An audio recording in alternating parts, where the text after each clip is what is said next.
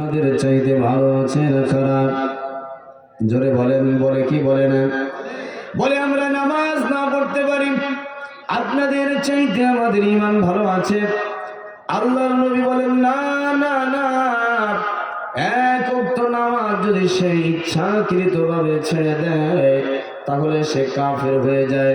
আল্লাহর নবী বলেন সে কাফের হয়ে যায়। আর আপনি দাবি করেন যে নামাজ না পড়তে পারি কিন্তু আমার ঈমান মজবুত আছে। কোনো অবস্থাতেই না বাবা, কোনো অবস্থাতেই না।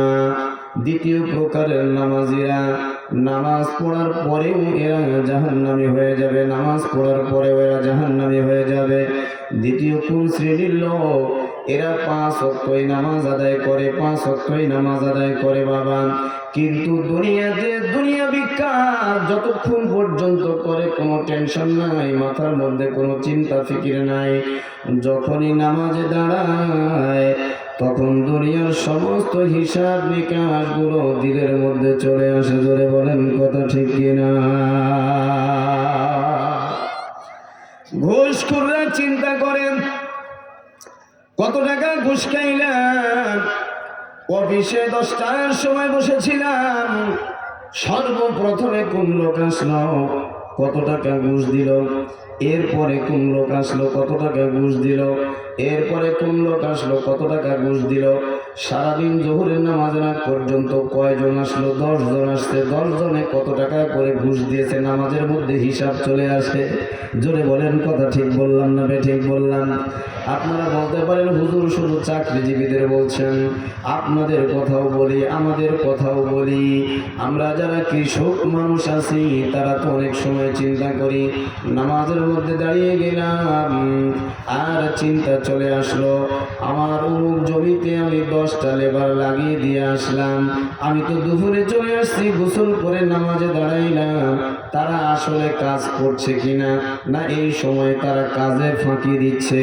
আমি অমুক জায়গায় গরুগুলো চড়ানোর জন্য রেখে আসলাম, গরুটা ওই জায়গায় আছে না কারো ফসল খাচ্ছে, এমন চিন্তা নামাজীদের মনের মধ্যে আসে নাকি না? আসে কি আসে না বাবা?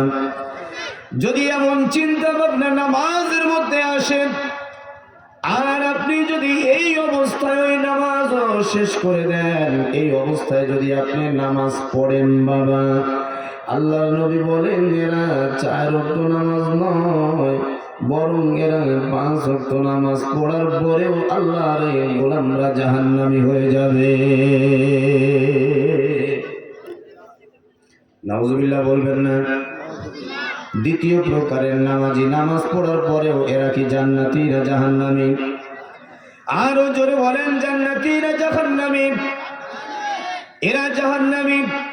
প্রথম প্রকারের মধ্যে যারা ছিল এরাও নামাজ পড়ার পরে এরাও জাহান্নামী। তাহলে বাবা 1 সপ্তাহ থেকে নিয়ে আরেক সপ্তাহে যারা নামাজ পড়ে, শুধুমাত্র শুক্রবারের নামাজ যারা পড়ে, তারা কি জান্নাতি না জাহান্নামী? জোরে বলেন, জোরে বলেন, জোরে বলেন। এরা হাদিস অনুযায়ী, কোরআন অনুযায়ী জান্নাতি না জাহান্নামী? এরাও জাহান্নামী বাবা। তাহলে জান্নাতি কারা? তৃতীয় প্রকারের লোক যারা নামাজের মধ্যে দাঁড়ায়, নামাজের মধ্যে দাঁড়ানোর পরে একটা উদাহরণ দিয়েছেন ইমাম গাজালি রহমতুল্লাহি আলাই। ইমাম গাজালি রহমতুল্লাহি আলাই একটা উদাহরণ দিয়েছেন। মনে করো ও আল্লাহর গোলামরা, পুরা পৃথিবীটা একটা বাড়ি, পুরা পৃথিবীটা একটা বাড়ি। এই যুবকরা কথা বলো না, এদিকে তাকাও। পুরা পৃথিবী একটা বাড়ি, এই বাড়ির মালিক আমার আল্লাহ। বাড়ির মালিকের গেটের মধ্যে অনেক সময় দেখবেন অনেক বাড়িতে গেটের মধ্যে কুকুর পাহারাদার থাকে কি থাকে না? জোরে বলেন, কুকুর থাকে কি থাকে না? কুকুর থাকে। শয়তান নামক যে আজাজিল রয়েছে এ হলো কুকুর, এ হলো কুকুর। আর মুমিন যারা আছে এরা হলো মেহমান, এরা হলো মেহমান। মেহমান যদি মেজবানের বাড়িতে যায় বাবা, মেজবানের বাড়িতে যায়, মেজবানের বাড়িতে যাওয়ার সময় কুকুর গেটের মধ্যে যদি থাকে, এই মেহমানদেরকে স্বাভাবিকভাবে কি গেটের মধ্যে ঢুকতে দেয়? কি বলেন আপনারা? কুকুর বলে ছে ছে ছে, দূর হয়ে যাও, দূর হয়ে যাও, দূর হয়ে যাও। হটায় দেয় কি দেয় না? চিৎকার করতে শুরু করে দেয়। নামাজিরা নামাজের মধ্যে যখন দাঁড়ায়, ঠিক ওই সময় শয়তান নামক যে কুকুরটা নামাজের মধ্যে ওয়াসওয়াসা দেয়, বাবা নামাজের মধ্যে